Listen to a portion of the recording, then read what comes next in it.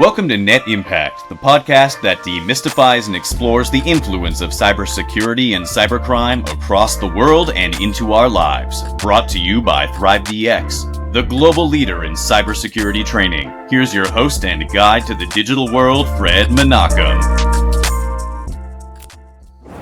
Welcome back to Net Impact. Of course, I'm your host, Fred Menachem, and I'm really excited about today's guest.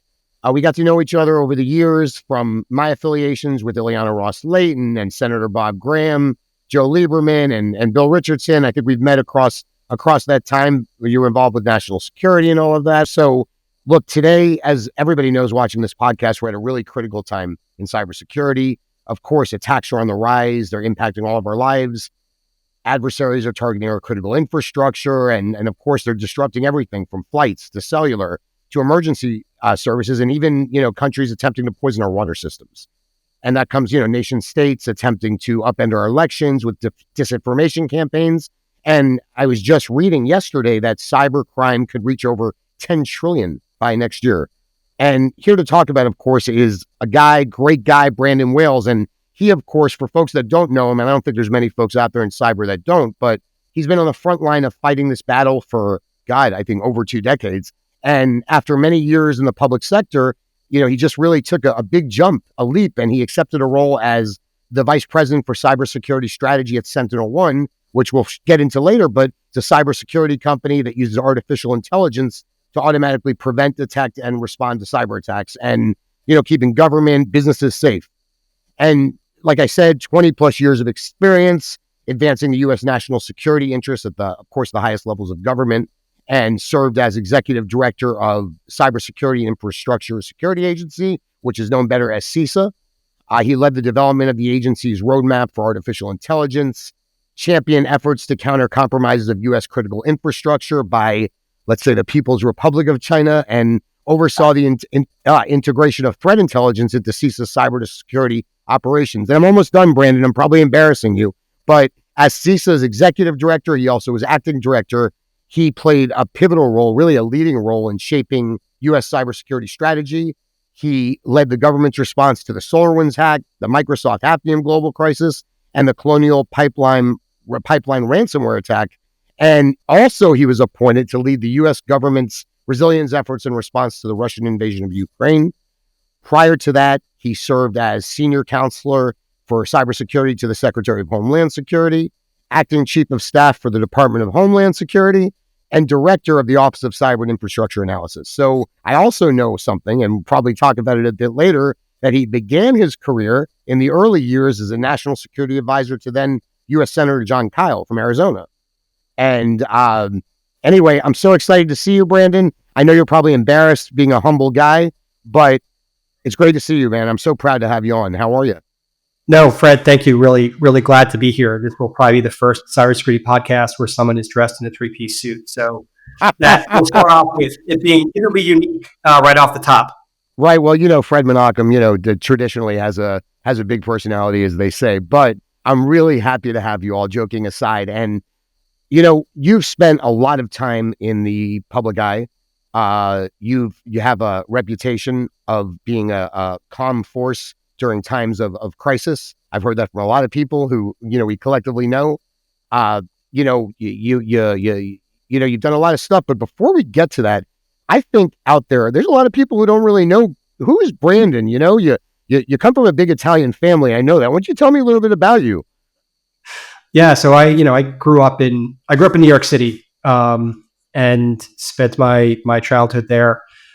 Decided that I really wanted to pursue a career in national security. I had originally wanted to join the military, but I have uncorrectable vision in one of my eyes that made that not possible to go to the Naval Academy like I originally had wanted.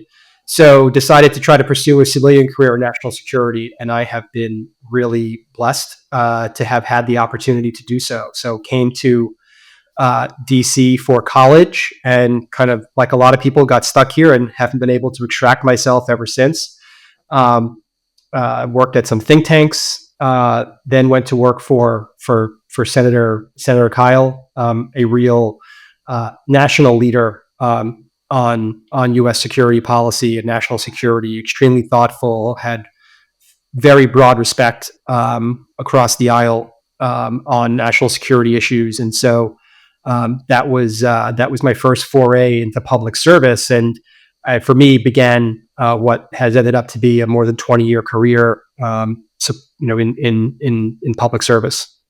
And of course, John Kyle was known to work across the aisle ahead of his time in many ways as related to national security, like Joe Lieberman, and a great guy. So let's just back up for a second. So you come from a big Italian family, right? Yeah, so I'm an only child, but right. A lot of cousins and uncles, and kind of grew up with them as if they were my brothers, and still very close. My last day in government was August 14th, because on August 15th I was starting a big family cruise with 16 family members. As you could imagine, the whole boat knew who we were by the end. Large Italian families can't stay quiet. Sounds like my Jewish family. Pretty similar, right? Very, very similar. Yeah, they say that my siblings, that my nephew was yelling at me recently. He's like, none of you guys know how to stop talking. Like, what do you mean? He's like, you don't understand what silence means. So I get it. Now, before we move on to some more serious topics, when you were a kid, so it's funny because I also grew up with that interest in public service and national security. So while other kids were doing whatever the heck they were doing, I was finding ways to court Ted Kennedy at 11 years old because he used to come to my friend's house, and I would find a way to sleep over as much as possible and learn stories from him. This kid, while he's swimming in the pool, I remember once he split his pants and he was sewing it himself. And I was like, a Kennedy, man, look at that. But also I found something recently where it was a cassette tape. You're close to my age, a little bit younger, but my grandfather was interviewing me. I must have been 7 or 8. It was right. You probably, historically, when Menachem Begin and Anwar Sadat signed, the peace treaty, and he was interviewing me about it and asking me, what I thought. Are they going to continue having peace? And then when I didn't answer properly, he goes, Freddie, I'm going to end the interview. But anyhow, so like you, I always from childhood had that same interest and belief in country like you do, and the belief in serving my country. I did it in different ways, but, thank you, by the way, for what you've done all these years. I think you deserve that. You never got it enough. So thank you from me and, from the nation, not that I represent the nation, but thanks for what you've done. So first of all, let's move on to something serious now outside of the big Italian family and my 3-piece suit. So you served a lot of administrations, right? During the 20-something years, which administrations? Yeah. So I was in government. I first joined during the George W. Bush administration and have served under as a career official under Bush, Obama, Trump, and Biden administrations. I think there are countless career federal officials who every day are serving, regardless of political party in office. We all bring our own perspectives on politics, but when it comes to national security, the people that I worked with were really committed to the country and what was best, and got to do that in a lot of different capacities. So really was both a exciting and important work that happens every day. Sure, of course it is. And so let's talk a little bit about your history. Both, let's start with where did you start from national security? I know it was Senator Kyle, and what was that trajectory? And then let's get into, of course, it didn't transition into cyber till later. So you want to talk a little bit about that kind of trajectory?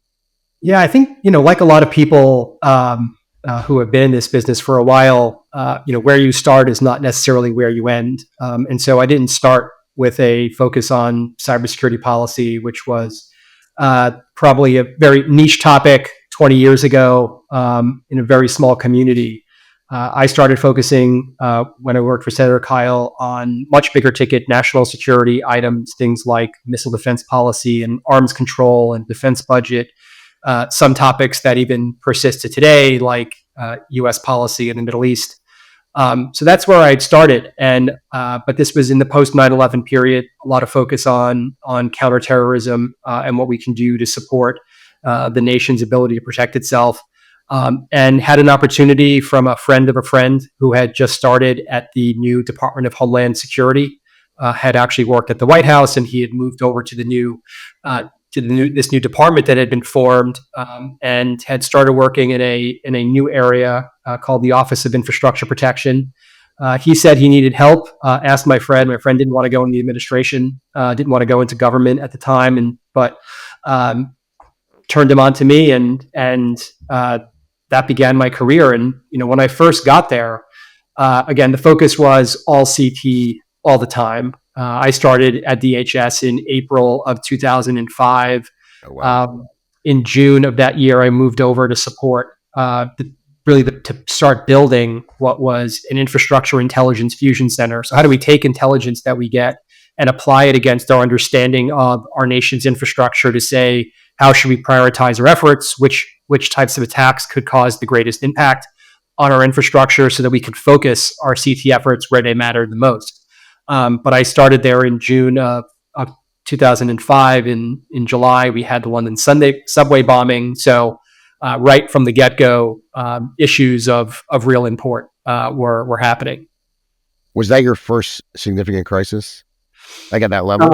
Yes, and it was followed very shortly thereafter by Hurricane Katrina hitting the Gulf Coast. And although our focus was on CT, the department really pivoted to make sure that we were applying all capabilities possible to address the significant damage to U.S. critical infrastructure. And so the team that I was working on had a lot of expertise in how infrastructure operated, the dependencies and interdependencies among that infrastructure.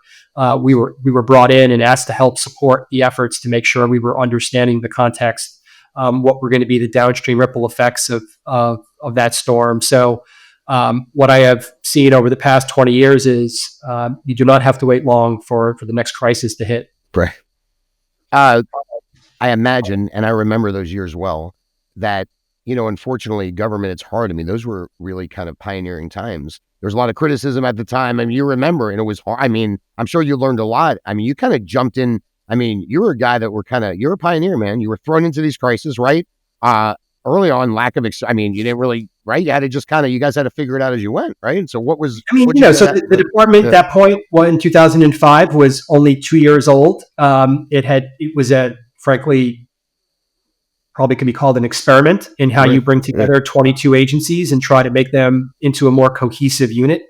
I would say that work continues to this day. And how do you optimize the way organizations work together? And now that I'm in the private sector, I have some very similar experiences. How organizations, particularly ones that have a lot of acquisitions, and you're bringing in new people and new parts of an organization and new technology. How do you make it gel? And you're right. I mean, there were a lot of valid criticisms about the speed at which the government was moving, about the way in which it was marshaling its capabilities.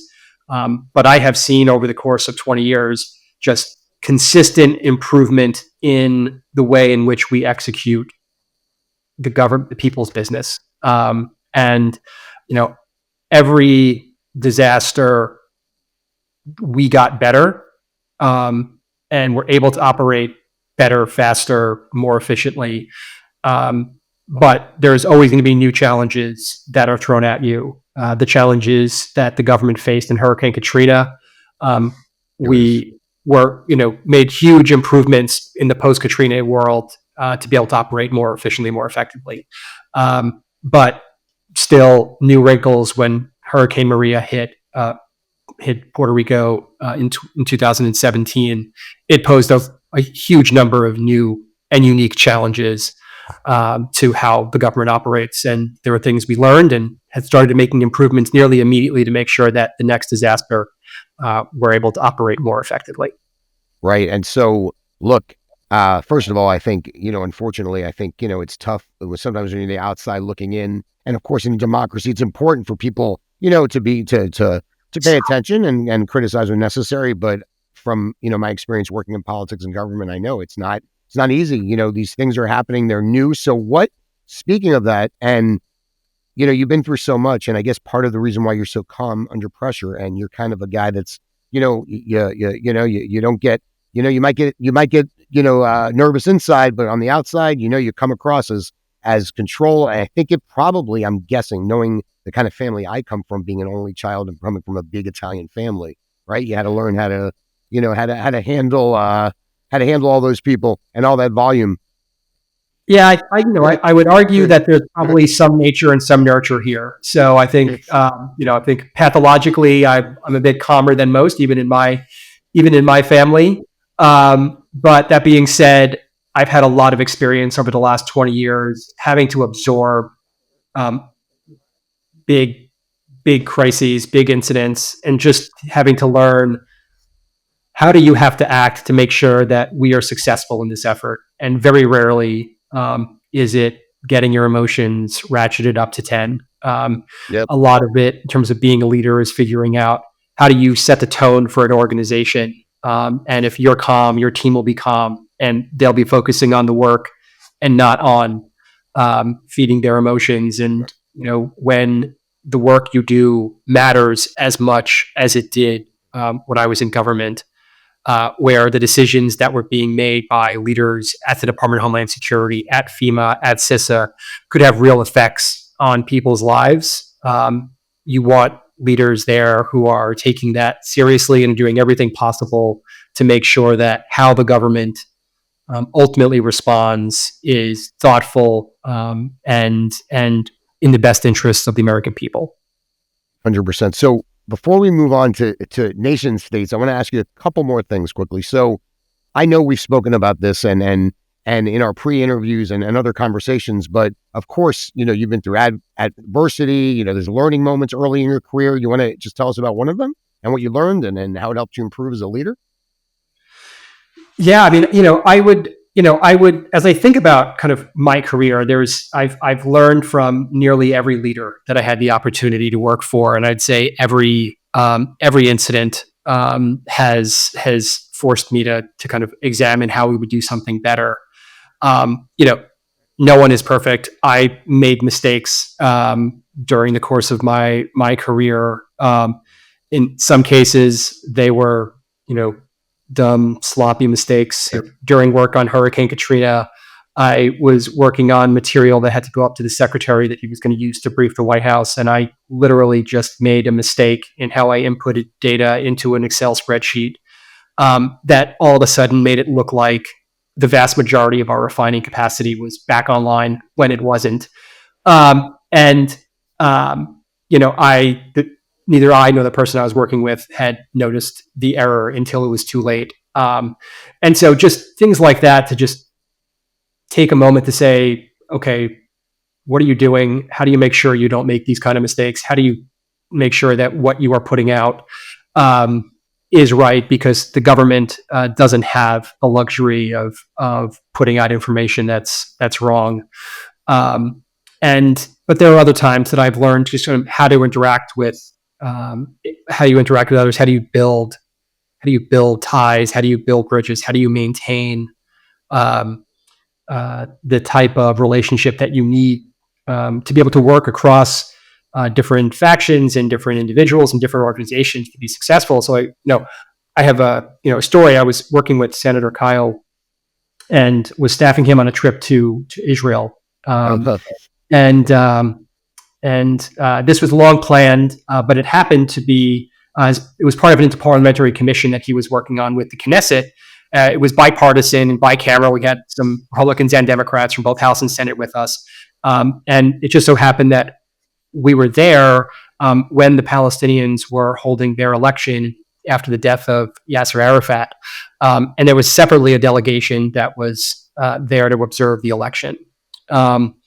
That delegation was led by then Senator Joe Biden. That delegation could not get a meeting with the Israeli prime minister at the time. Who was Sharon, right? At the Sharon, time? Yeah. Correct.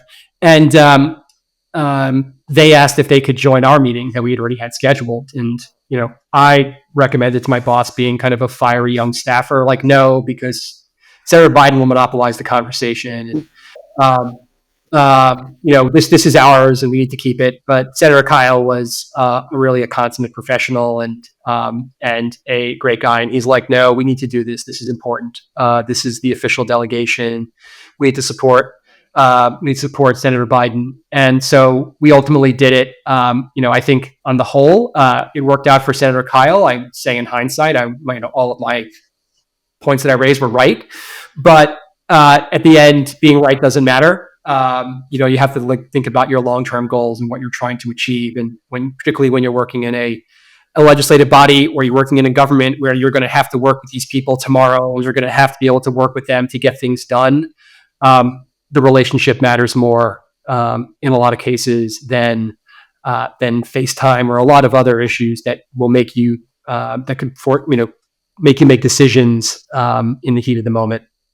And before we move to talking about nation states and a serious topic, I love Brandon Wells with your dry wit, how you tell a funny story, because it is very funny and you tell it very seriously. But yes, Joe Biden, right, monopolizing the conversation. Look, Brandon Wells called that out, and it is very funny because it's accurate, knowing I've been in politics for a long time, and certainly that is a trait that we all know about. So great story. So now let's be serious again. So something really serious, like all joking aside, is, look, we're in a dangerous situation, obviously. Now, I think pretty much, most people know, and I think a lot of people probably don't realize it, that, look, nation states like China, like Russia, in cybersecurity threats, disinformation campaigns, obviously Iran and other countries are a real threat to us. They're becoming more and more aggressive. Look, anybody that's paying even attention, as a novice, you can see on social media, you can see the bots, you can see how aggressive, it's getting. They're creating chaos through disinformation campaigns, attacks on elections, critical infrastructure. I know that at one point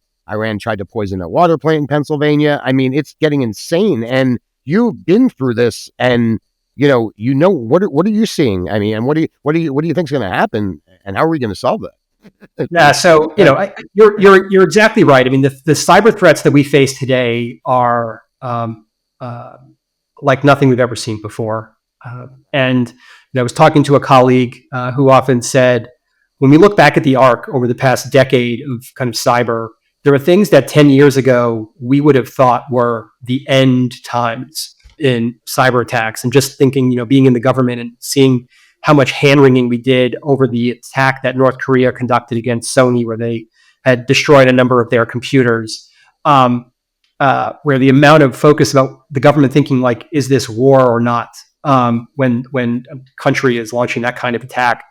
Whereas today, you're seeing criminal organizations shut down hospitals, potentially jeopardizing patient health. You're seeing nation states targeting water infrastructure, where you mentioned Iran targeting water infrastructure. There were elements of Russian criminal organizations that targeted our water systems. You have nations like the People's Republic of China that are pre-positioning on our critical infrastructure today to cause destructive attacks in the future at a time and place of their choosing. And I think importantly, people have a bit of an abstract notion of what that means, but the purpose for why they're pre-positioning, they have two reasons. One is they want to disrupt our ability to project power into the Pacific and potentially defend Taiwan if there was a crisis around that island. But the other thing that they want to do is they want to cause societal panic and chaos across the United States. This is not about disrupting military activities. This is about disrupting the lives of American citizens, with the hope that that will affect our geopolitical decision-making, that it will restrict our freedom of action and make us less likely to support our friends and allies in the Pacific. Now, I tend to think that that is wrong-headed, and that would actually just accelerate our willingness to fight back. But this is their doctrine, and we are seeing that with the types of entities that they're compromising. They're not just going after big infrastructure that's critical for moving the machinery of the military overseas. They're targeting water systems and energy systems and transportation systems across the country to create that type of chaos. And I would argue we got a preview of what they want to do on July 19th of this year, when that CrowdStrike update went out and caused computers around the country and frankly around the world to go offline. And we saw disruptions in day-to-day business. We saw transportation systems disrupted and so on. That happened by accident. But China wants to do that on purpose. And so that is why there is so much urgency around these threats, because they are very real. And we are not as prepared as we need to be to safeguard our systems and get back up and running quickly. So let's shift to that. Also, I know, like you said, I mean, well, that's exactly what people aren't understanding. It's a lot of little hits, right? It's not there's not one big hit. It's just like you said, it's to create chaos. And frankly, in many ways it's working, because it's not just that, it's social media, it's all of it. And people are, yeah, I mean, when you look at what we have experienced over the past 8 years, since 2016, when the Russians really started their most aggressive disinformation campaigns against the United States. That really was an initial trial period for them. And it worked out so well that they're fully in to using disinformation to sow discord inside the United States. Right. And you've seen other countries now adopt those concepts and run with them. So, and again, we know foreign countries are using disinformation to sow discord around any topic where there is a potential for polarization inside the United States. So we've seen foreign actors get involved in promoting things on abortion, on the Justice Kavanaugh nomination, on gun control and school violence, and then to the issues that I think people are much more aware, elections, the war in Gaza. Foreign countries are using those because they believe that we are susceptible to their type of disinformation, and they want to sow chaos. They want Americans to be at each other's throats. And in some cases, like in the case of Iran in particular, where they are comfortable pushing the Americans to the brink of violence for the purposes of undermining the United States, weakening us so that we are less able to take action against them. It is a serious threat. I want to ask just a couple more things about this, and I want to move on a bit about SentinelOne. But look, obviously it's new kind of warfare. We talked about this, but let's talk for a moment, because you've been in the forefront of this. What steps as a nation? I mean, this is tough, right? We're always really on the defense in many ways, but as a nation, both on the offense, because I think it's important to talk about offense and defense to combat these attacks. And where are we with that? Yeah, I mean, we when I like to say that in particular, a country like the People's Republic of China, with their capability and capacity, they've got an everything everywhere all at once strategy. They're targeting us for stealing our intellectual property, for targeting political military intelligence, for prepositioning for attack.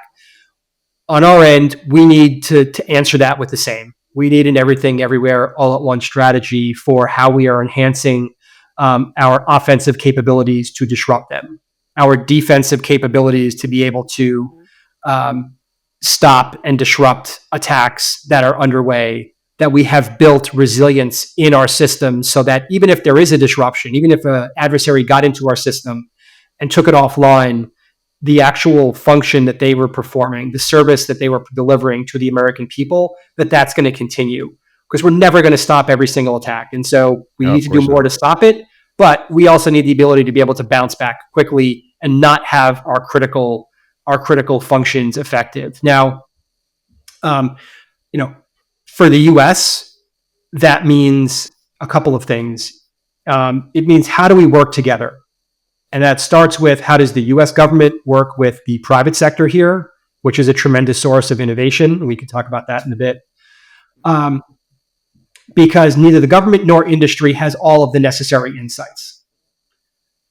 In some cases, the private sector has the best insights into what is happening on U.S. cyber infrastructure today.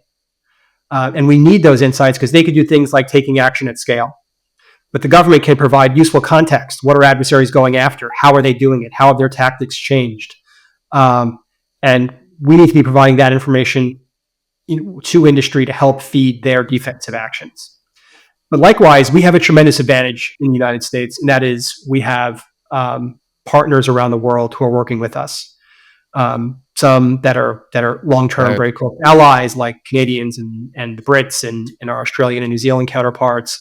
Five Eyes, but we have other friends in Israel and in Europe and in Japan and South Korea. And there is so much capacity around the world that is looking at this problem to help improve the security of really global systems, because many of these cases, they are not isolated to any one country or region. And the more we can build that community, that global community that can take action to both defend systems and help support the resilience of our infrastructure, the stronger we're going to be. And I was lucky when I was in government to be able to work with partners around the world. I saw the real capability that they were bringing to the table. And it is a tremendous source of strength. And it is a place where the West, where we have comparative advantage against their adversaries. Yeah. China, they don't have the network of friends and allies. Right. They don't work as closely with the people that they claim to be friends the way we do. The joint programs, the joint interactions, the sharing of highly sensitive classified information back and forth, that doesn't exist. That is a real comparative strength for our system and a real weakness, and it's one that we need to make sure that we are fully exploiting those advantages that we have. So we're gonna, in the future, there's this a long conversation, obviously, and an important conversation. But that being said, you've shifted right from the public sector now in the private sector, and of course, you're aware, and we'll talk about it in probably another segment about AI and advancing nation state capabilities. But it leads me to something so important, because you're working now for an organization that really takes security seriously. And I know this from, I'm never somebody who just says something if I don't believe it. I spent some time with your engineers, learning about the product and really seeing it in action. And it's amazing. I mean, it's cutting edge protection. And for folks that don't know, I don't want to be doing a commercial, but from your desktop, cloud infrastructure, and the thing that makes it unique, and really, I think you guys were really the first ones to do this and to get it right. It's amazing is that AI is doing it. So, it focuses on making security smarter and not just, but faster, but it also, from an efficiency perspective, employees could focus on other things while, the SentinelOne product is really, working in the background. And so, like I said, I had the opportunity to spend time with your engineers, and thanks to Karen Masters who set me up with them. And it struck me how really central AI is central to everything you guys are doing, and it's the future. And your platform responds faster than, I'm assuming, any traditional approach can. So I know there's a Singularity platform, and there's so much there. So I think I just talked about it all, but I know it's a game changer. And I'm gonna let you. Well, listen, I have to tell you, I was sold, man. Like, really, I didn't go in. I'm always skeptical about everything. I went in, I sat down, I was like, yeah, whatever. And I'm telling you something, like seriously, I was sold. It was simple enough to understand. They really walked me through, a lot of it, and so I'm actually excited about learning more. So now that I did all that, Brandon, what do you want to say about this? Yeah, no, so I think it's important. I think, when it comes to AI, I often get a lot of questions about, AI being used as a weapon against us, particularly when it comes to cyber. And I would argue, and this is not just the case for SentinelOne, but broadly, the defensive side is integrating AI into cybersecurity far more quickly than our adversaries are currently able to weaponize it. So there is a huge advantage today. Now, how long that can last is a good question, but there are companies like SentinelOne and like many others that are working very hard right now to make sure that we continue to innovate on AI, because we do have an advantage right now. I think SentinelOne has done some really incredible things. I think it's trying to use AI to solve real problems. And I think one of the challenges, and I saw this when I was in government, and then certainly seen it since I've left, which is SOC analysts. You're sitting in a security operations center, you are likely overwhelmed with feeds coming in and alerts coming in, and your ability to take action at scale and at speed is one of the hardest problems you have in SOCs. There are too many different tools coming at you. There are too many different types of alerts, and you don't have enough time to take action. And every action oftentimes takes a lot of steps. And where I think SentinelOne had a really first mover advantage when it comes to how they were integrating AI into their security platform, was to say, how do we solve that problem? And they created this tool, Purple AI. The product lead was someone I'd worked with in government 15 years ago, really great guy, Eli Khan. Help solve a real problem by saying, can we help take that SOC analyst and turbocharge their ability? Let them have natural language engagement with the tools that they have to ask questions, hunt for what happened, and mitigate the incident immediately. And the really amazing thing, the thing that sold me when I saw this was we go to some of these big cybersecurity conferences, and we will do a man versus machine contest where we'll take someone who is a real expert in using our system and knows how to all the syntax for all the complex queries you would have to use if you're an advanced analyst sitting in a SOC, and you pit them against a novice user who only can use our Purple AI interactive dialogue. And in almost every case, the top tier threat hunters do not perform as quickly as the more novice users using Purple AI. So, I think that, there is a lot of smoke and mirrors out there about AI. A lot of people, marketing teams have chucked the AI logo on any product today. But what I saw and what I've seen is really impressive. And, what they have to, where they're going in the future, I think is going to be even more incredible. But SentinelOne is not alone. There are a lot of companies that are in this space that are working hard to make sure that we benefit from the potential for AI and manage those risks. And so I'm excited to see where this goes. And I'm really happy that I ended up here, a company that has real technology, has a real appreciation for the technology, uses it effectively, and has created some incredible capabilities that are instrumental to companies protecting themselves. So it allows me to say, I left the government, but I'm still in the fight, helping companies protect themselves from cyber attacks, just using some different tools than I did in government. And on that note, this is a good part to end, and we'll have a segment 2. But I will say this: look, they made a great choice bringing you on. I have a lot of respect for you. I admire you a lot. And that smile. I love when you smile, Brandon. And also, look, I think you made a point, and we'll get into that later. We talk about public-private partnerships, but look, this is an ecosystem. We all have to collaborate, right? It's not. Yes, people are in business and all that, but it's about collaboration. We all have a role. 100%. And I think that's so important. And that's what you bring, because if anybody understands collaboration, it's you. So on that note, this has been a great episode. We're going to zoom out a bit in the next segment to discuss AI, emerging cybersecurity technologies, as well as public-private cybersecurity partnerships, which is important. So if you don't want to miss more juicy bits from Brandon, you can subscribe to the Net Impact podcast wherever you listen or watch your podcasts. You can give us a follow on X, formerly known as Twitter, LinkedIn, and Instagram, and we will see you next time. And Brandon, you are the man. It's been so much fun talking to you. Thank you. Yeah, you're welcome. And thanks for the compliment of the 3-piece suit. I appreciate that. You're the man. Okay, well, we'll look forward to seeing everybody on the next segment. Today's podcast is brought to you by ThriveDX, the global leader in cybersecurity training. Now, are you interested in learning more about becoming a cybersecurity professional or how to better secure the future of your organization? Visit thrivedx.com for more details, and make sure you follow us on YouTube, LinkedIn, Instagram, and X, formerly known as Twitter, for updates, info, and more. And before we go, I want to thank everyone who helped make this possible. My dynamic executive producer, Michael Seth Prell, our producer and publicist, Carrie Ann Hilton. The design and original music was done by Gilly Fox, Ksenia Aron, and Moro Hana. Our editors, Modi Nahum and Amit Zach. Our advisor, Yoni Neiman, and our manager, Liora Zeri. And the entire operation was overseen by Eugenio Robino Writer at ThriveDX. Thanks to this incredible team. Thanks everyone for joining us. This is Fred Menachem, 0 to 60 and nothing in between. We'll see you in the next episode.